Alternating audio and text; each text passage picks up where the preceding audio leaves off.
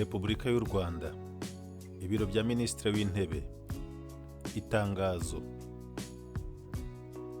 Ashingiye ku biteganywa n'Itegeko Nshinga rya Repubulika y'u Rwanda, cyane cyane mu ngingo zaryo y'Ijana-na-16 n'Ijana-na-12, none ku itariki ya mbere Ukuboza 2025, Nyakubahwa Perezida wa Repubulika yashyizeho abayobozi bakurikira: abagize Guverinoma, Minisiteri ishinzwe Ubuhinzi n'Ubworozi, Dr. Telesphore Ndabamenye, Minisitiri; Dr. Solange Uwituze, Umunyamabanga wa Leta; Minisiteri ishinzwe Ububanyi n'Amahanga n'Ubutwererane, Dr. Usta Kayitesi, Umunyamabanga wa Leta.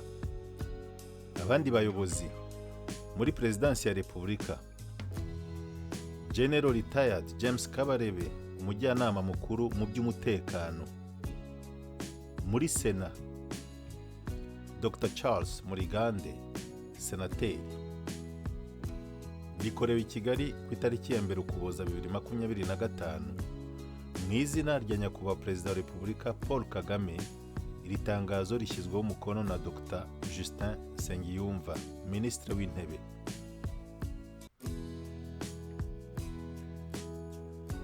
Republic of Rwanda, Office of the Prime Minister, Communique.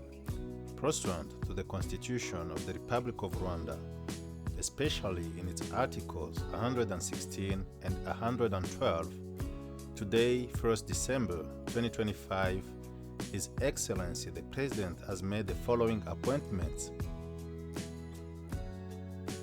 Cabinet Members: Ministry of Agriculture and Animal Resources, Dr. Telesphore Ndabamenye, Minister; Dr. Solange Uwituze, Minister of State; Ministry of Foreign Affairs and International Cooperation, Dr. Usta Kayitesi, Minister of State for Foreign Affairs.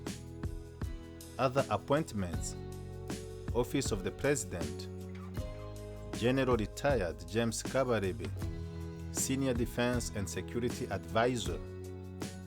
Senate: Dr. Charles Murigande, Senator.